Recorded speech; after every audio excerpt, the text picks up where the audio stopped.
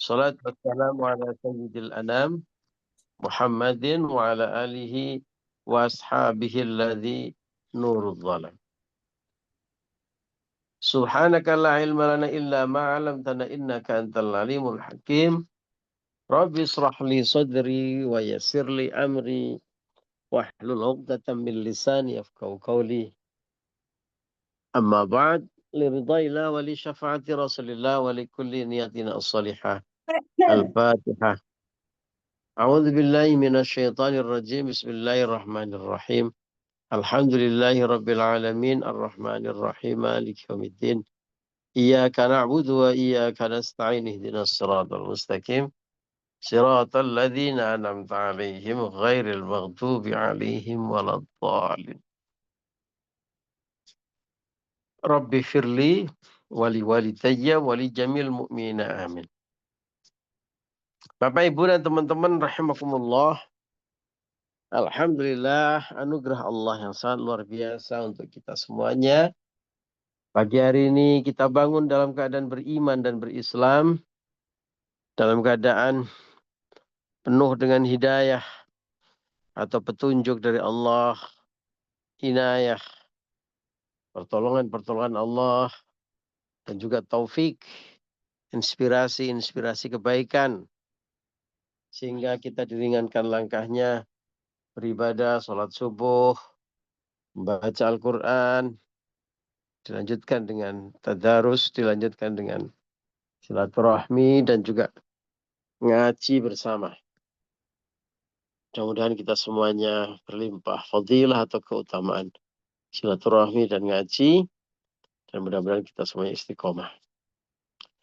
Kita lanjutkan ngaji Nasaihul Ibad, bab ketiga, makalah yang ke-8. Sekarang kita ada di bagian keempat.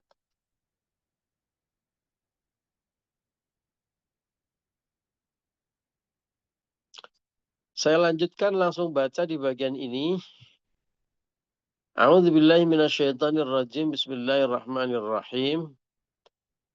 Wa ammal muhlikatu. Adapun perkara-perkara yang membinasakan. Kemarin 3 pertemuan kita belajar 3 perkara yang menyelamatkan kita. Ya, 3 perkara yang menyelamatkan kita. Sekarang kita belajar 3 perkara yang bisa menghancurkan kita. Kita pelajari bukan untuk kita lakukan, karena kalau kita lakukan nanti hancur kita, ya, tapi untuk kita hindari, agar kita waspada, jangan sampai kejeblos dalam urusan 3 perkara ini.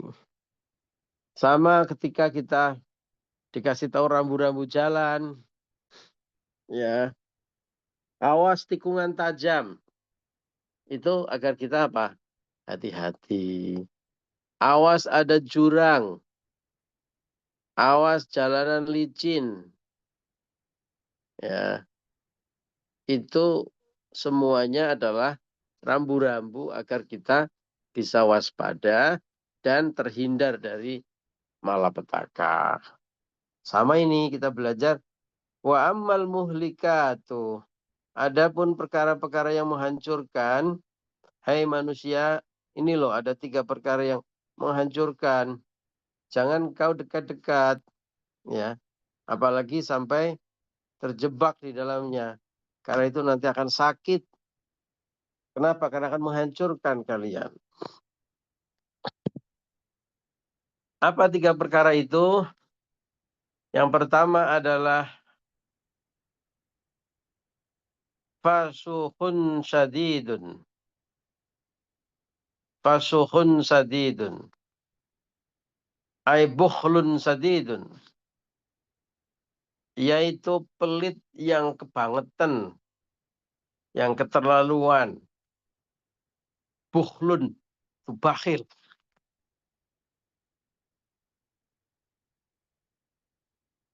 Syadidun yang sangat amat bakhilnya.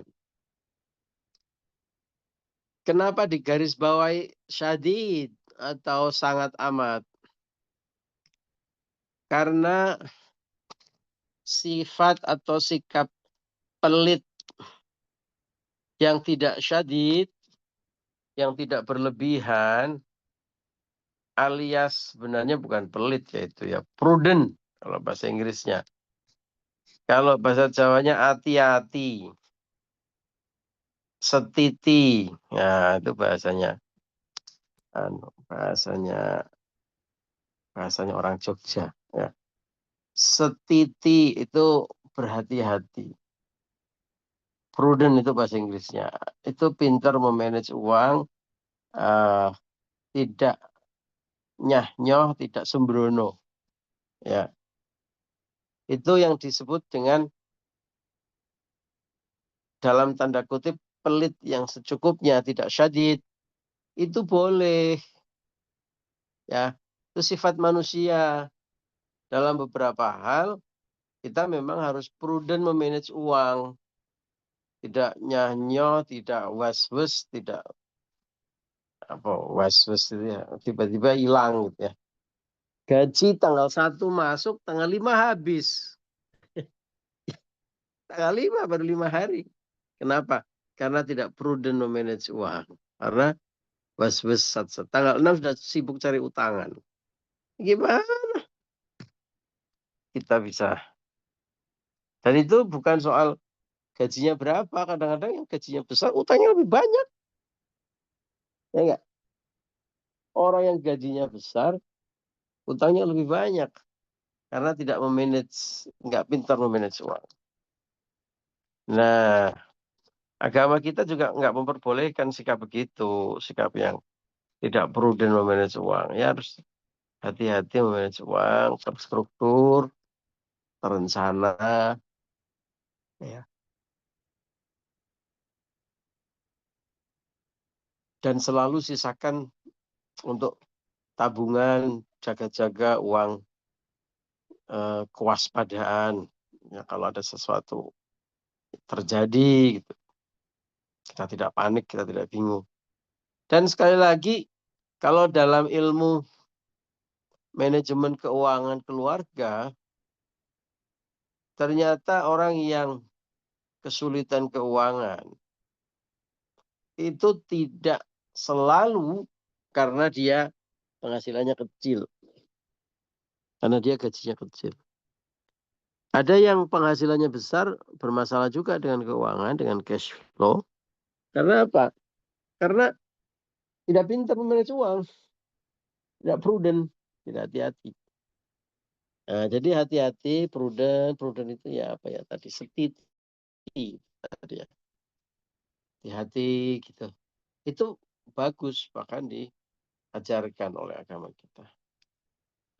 Tetapi bukan berarti kikir, bukan berarti itu menghilangkan kedermawanan kita. Tidak. Ya. Kalau ada orang yang sampai kikir yang syadid, yang berlebihan, itu dia akan hancur. Itu dia sikap yang menghancurkan. Nah, bukhlun syadidun. Bakhil yang syadid, yang berlebihan. Bakhil sing ora kira-kira. Ya.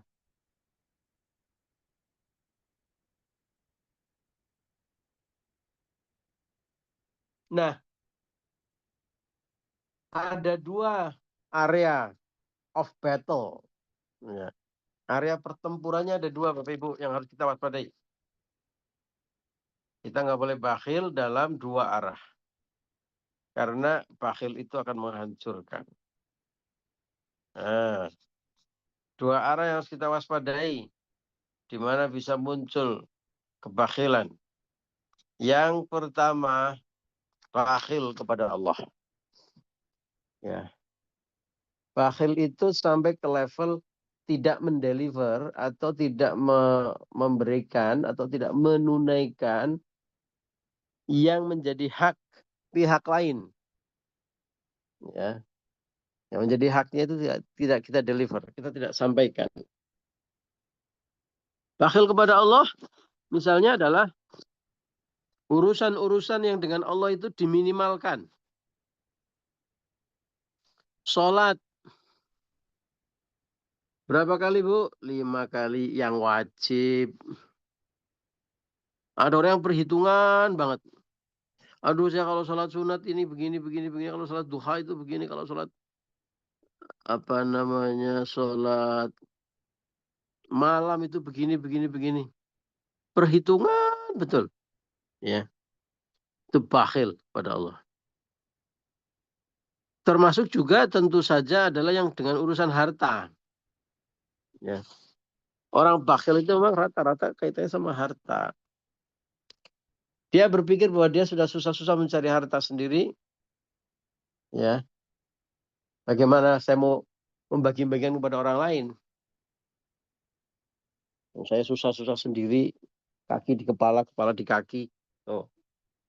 Apalagi untuk sedekah. Perhitungan banget dia. Daftar haji nggak Pak? Belum ah. Kenapa? Harta udah banyak.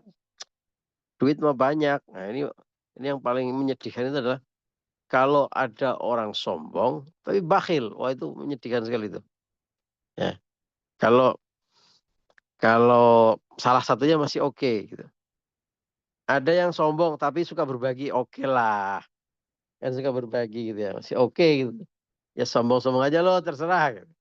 Bahasa gitu. Tapi lu berbagi. Meskipun sombong tentu juga nggak boleh. Tapi masih lumayan kalau ada orang sombong suka berbagi itu masih lumayan.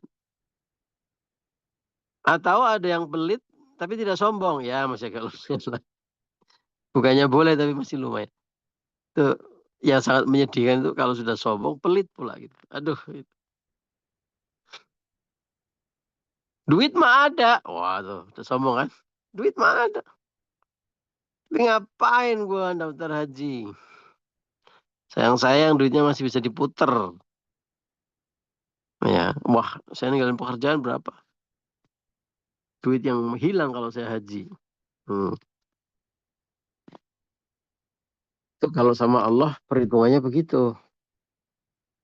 Ya. Waduh, bayar zakat. Berapa zakat yang harus saya bayar? Misalnya 2,5%. Masih ditawar itu. Bisa nggak zakatnya buat karyawan saya? Jadi ntar gue nggak ngasih THR gitu. Oh, kan? Pinter aja itu orang. Cari alasan. Itu bakhil kepada Allah. Yang menjadi kewajiban kita sebagai manusia seperti zakat rasanya berat ditunaikan, kalau ditunaikan nanti ditawar-tawar ya. Nah, yang kedua adalah bakhil kepada manusia. Ini yang paling umum, paling banyak. Pelit pada manusia. Hmm.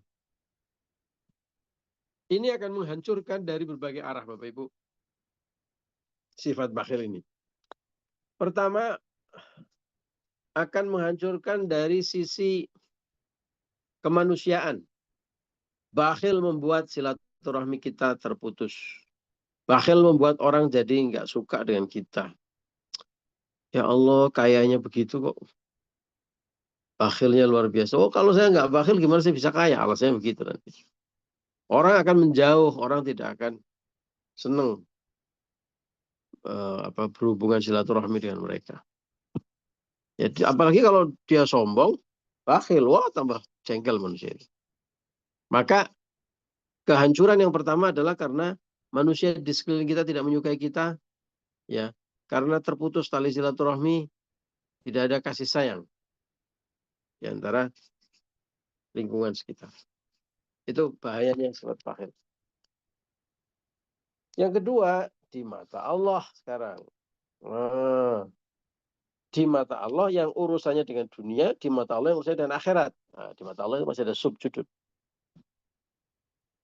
Dalam konteks yang pertama, di mata Allah tapi ada berhubungan dengan dunia, ketahuilah, sebagaimana sabda Rasulullah, bahwa bakhil itu bisa menyebabkan rizki manusia itu tertahan atau menyempit.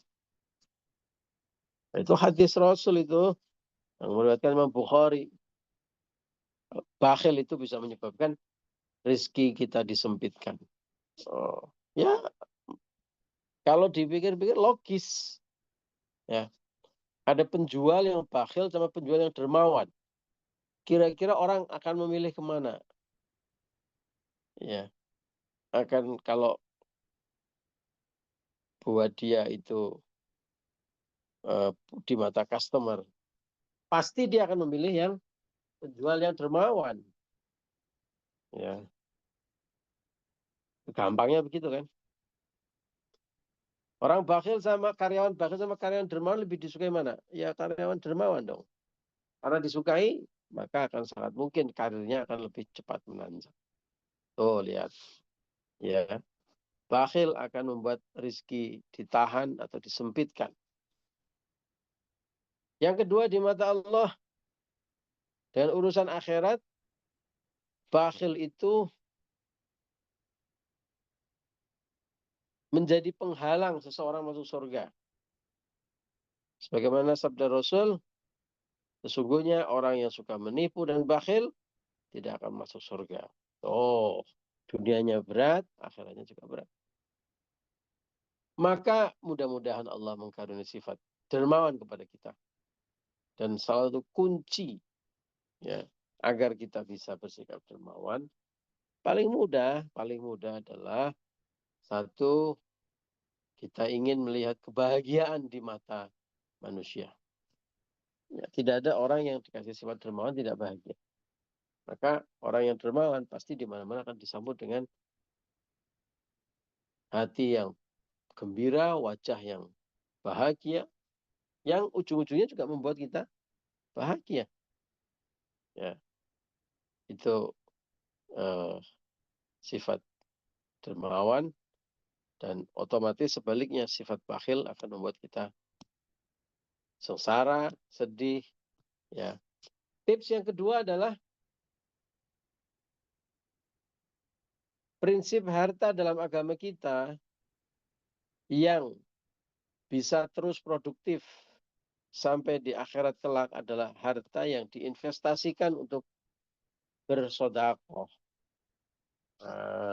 Itu memotivasi kita untuk punya rasa dermawan. Ya, karena meyakini bahwa apapun yang kita berikan untuk orang lain itu akan menjadi sodakoh kita, dan setiap sodakoh itu terus ganjarannya akan mengalir sampai ke akhirat kelak. Nah, itu tips. Termasuk ketika kita kehilangan sesuatu, termasuk ketika kita naudzubillah misalnya ditipu, ya. Ya, sedikit cerita. Menjelang Lebaran kemarin, ada orang yang menipu saya. Wah, ini Ustadz loh bisa ditipu. Hah? Bisa ditipu. Lumayan, Bu. Angkanya lumayan lah untuk ukuran saya gitu ya. Kalau dipikir-pikir terus sakit hati kita. Nah, udah mau Lebaran ditipu lagi. Tapi kemudian kita berpikir, ya Allah, kalau itu memang hilang, ya, wahluf alayya kulla ghaibatin li minka bil khair. Gantilah dengan sesuatu yang lebih baik. Ya sudah, kita ikhlaskan, kita anggap itu bagian dari sedekah kita agar dapat pahala. Ya, mudah-mudahan sedekah kita dimakan oleh orang yang membutuhkan. Jadi manfaat. Kalau nggak seperti itu kita sakit hati terus. Jadi bahkan ketika kita kehilangan sesuatu, ya sudah, ya kita niatkan, ya tentu kita berusaha karena itu hak kita, harta kita. Kalau sudah nggak bisa ya sudah. Ya, termasuk kalau kita ngutangin orang nggak dibalik-balikin, ya sudah, sedekahkan itu dapat pahala malah kita. Kalau nggak disedekahkan kita sakit hati terus. Ya nanti apa namanya, GERD-nya kumat gitu ya. Jadi sudah ikhlaskan.